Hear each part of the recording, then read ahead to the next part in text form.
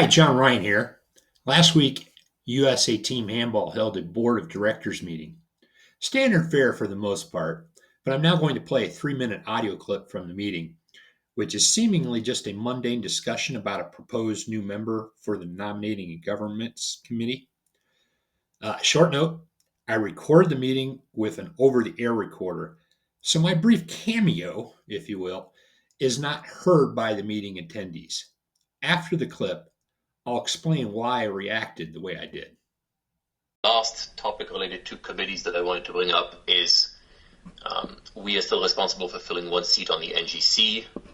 We do have interest from Margaret Rubin, whose resume I circulated yesterday or the day before for your review. Were there any questions on that before we discuss that assignment? My only question was where the contact with her initially started, how we found her, more just out of curiosity. She's an attorney that I've known for 7 or 8 years, and so she's been on our Judicial Committee for 3 years, 4 years, and has just been more interested to be involved in the sports industry, coming from a Securities and Exchange Committee background in the government. And so because of her relationship with me, she's less suited to be on the board, but being involved in the NGC is a good separation, since I don't communicate with the NGC at all. Is she looking to leave the Judicial Committee then, or stay on it and be a part of the NGC? At this point, she was looking to stay on both. We looked at both the bylaws and had conversations with Dave Patterson at the USOPC for whether that was advisable or problematic. There's nothing that seems to indicate if you have an independent member of a committee that wants to put in more work and serve on multiple committees, that would be a problem.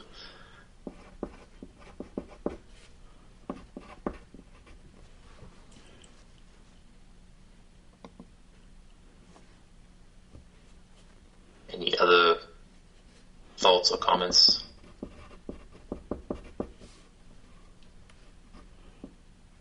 Okay. That being the case, can I get a motion to nominate Margaret Rubin to the NGC as an independent member?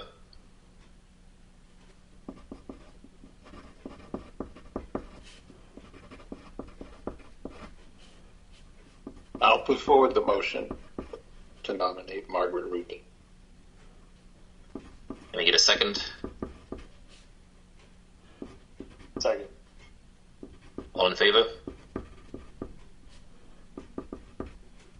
Any objections? Okay, sounds good. With that done, that now puts all of our standing committees in compliance, which is one of the milestones that the USOPC has been carefully watching from us. And again, it'll move us to the next step, which will be making sure that we get fully vetted candidates for the remaining board seats and filling some of the other committees that we have, such as the AAC and the NRC. Okay, as you might surmise from my reaction, I was taken aback to find out that USA Team Handball CEO Mike King had a pre-existing relationship with Margaret Rubin, a member of the Judicial Committee. Why was I surprised? Well, this requires a bit of a review of what I call the sequence of events that led to several board resignations, the ascension of Patrick Jalbert to become the interim board chair, and the very unorthodox removal of Martin Brannick from his CEO position and the immediate hiring of Mike King as his replacement. A quick note, literally nobody has told me that this video is inaccurate. Perhaps a few discrepancies that don't really change the essence of anything. What has been said is that it's missing context. Context that essentially boils down to the end state justifying the means. More on that later. Anyway, I won't go over the whole video, but I will review some key findings of the Judicial Committee. First off, it's very important to highlight that none of the sequence of events ever occurs without the Athlete Advisory Committee, or AAC, first voting on 24 May 2024 to remove ABA Udo Udoma from the AAC. And a short note for those of you that don't know, ABA is arguably our best beach handball player and certainly one of our most well-known, if not our most well-known handball player. Known as the Handball Ninja, he has over 14,000 followers on Instagram, and he was one of our participants this past summer in Paris at the IHF Beach Handball Showcase. His removal from the AAC also resulted in his removal from the board of directors, and very importantly, established a new, albeit temporary, 4-3 majority on the board. If ABA is not removed, there is no new majority. And today, as I speak, Michael Wall is still the board president, and Martin Brannick is still the USA Team Handball CEO. None of the disruption that we've experienced the past few months ever occurs. But it did happen. And as it turns out, the AAC removal of ABA was done improperly. ABA filed a grievance, and on 5 September 2024, the Judicial Committee ruled that he had been removed improperly and reinstated ABA to the board of directors. The ruling of the 3-member panel, consisting of Lisa Narati, Andrew Silver, and Margaret Rubin, was unanimous, 3-0. But as we know, a lot happened from May to September while ABA was not a member of the board. Well, actually, I sometimes wonder how many people really understand everything that happened. Again, none of the whole crazy sequence of events ever happens if ABA is not improperly removed from the board. None of it. So newly installed, ABA files another grievance, this time requesting that all major board decisions taken in his absence be reviewed. I'm not a lawyer, but given the circumstances, that makes a hell of a lot of sense to me. The Judicial Committee takes up the grievance and October 25th reports its findings. First, a short note on the expanded panel that reviewed this grievance. You'll note that Carson Chun and Elizabeth Hartnett were added to make it a 5-person panel.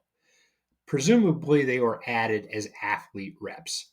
I really don't know, and I don't think there has been anything official posted regarding this addition. I don't think that's very good transparency, but yeah, there should be athlete representation on the Judicial Committee.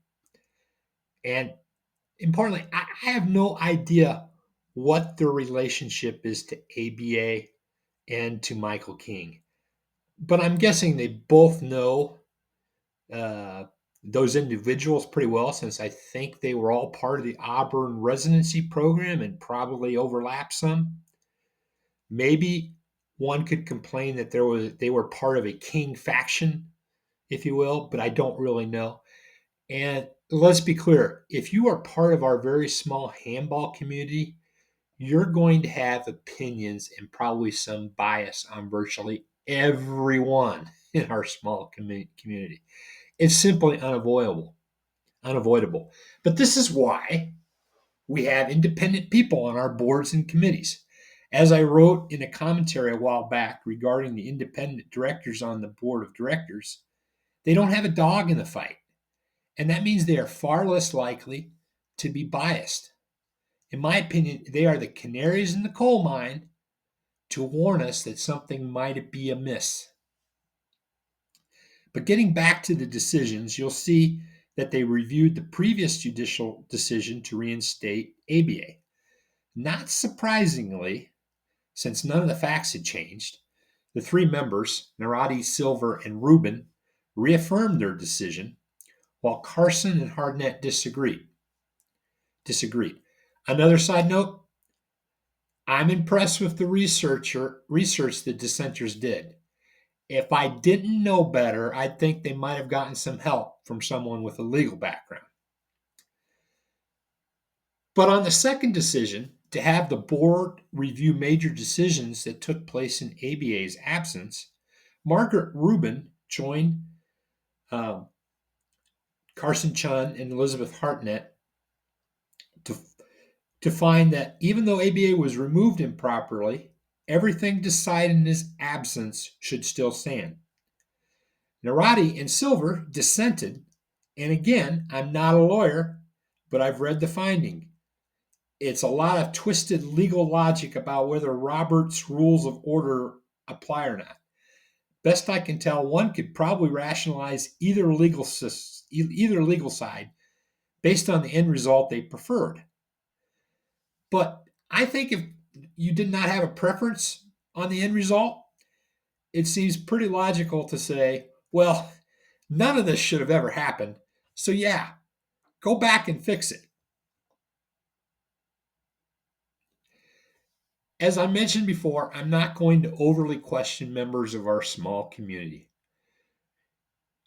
Chun and Hartnett have got biases, and maybe they weren't fully aware of everything that had taken place from May to September. As for the other three, who I see as independent, I only know Lisa Narati, who I helped with a handball project her students did at George Washington University a few years ago. She's clearly someone with no dog in a handball fight. And I just assume that that would be the case if the other two board members who I know are not part of the handball community. Typically, these are people that we get help from the USOPC and place on the board after talking to them a little bit. So when I saw the Margaret Rubin decision on the judicial review, I kind of scratched my head and said to myself, well, that's kind of strange. No dog in the fight. Why would she decide that way? Oh, well, must have been some reasoning that I just don't understand. And now you probably see why I reacted the way I did. It turns out that she did have a dog in the fight, that she's known Mike King for 7 to 8 years, and in all likelihood, Mike King arranged for her to join the Judicial Committee in the first place. She was clearly not independent, and the deck was stacked against ABA and anyone else who might have thought that the craziness would stop. Let's be clear. I am not suggesting that Michael King called up an old friend, colleague, acquaintance, and said, hey, I could really use your help on this grievance. That would be really, really wrong and very unethical. But the thing is, that wouldn't have even been necessary. The ruling makes it clear that the panel knew full well that they were essentially deciding whether the 3-2 board ruling to install Mike King as CEO should stand. So if indeed there is enough legal cover to essentially decide either way, why wouldn't you help someone you know and probably have a positive opinion of keep their job? She shouldn't have been part of a judicial committee ruling affecting Mike King, and she shouldn't be part of the nominating and governance committee. That's the committee that will decide who should be our independent board members on our board of directors. Because it won't shock me if our board has some upcoming big decisions to make where independent directors will be pretty important. And by golly, I won't be shocked if there's an effort to appoint some independent directors who might not be so independent.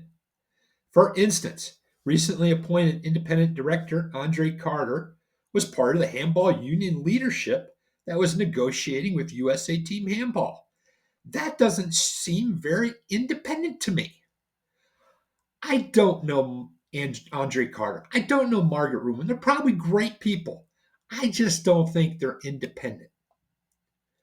Some further context. At last week's board meeting, there was discussion concerning Margaret Rubin being on both the nominating and governance committee and the judicial committees at the same time. And they even asked the USOPC if that would be an issue.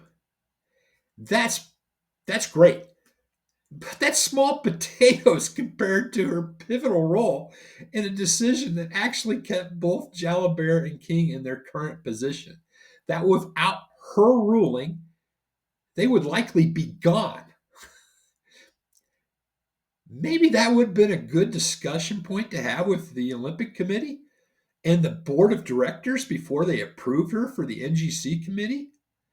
Hell, the board should actually be asking whether she should be removed from the Judicial Committee, not added to another one. Now let's step back and take a look at the big picture. I look at everything that has taken place and I ask myself, how do some good people think all this crappiness is somehow okay? On the whole, we're talking about good people, good friends in some cases. Primarily, I think it boils down to some people having overly focused on their desired end state for USA Team Handball.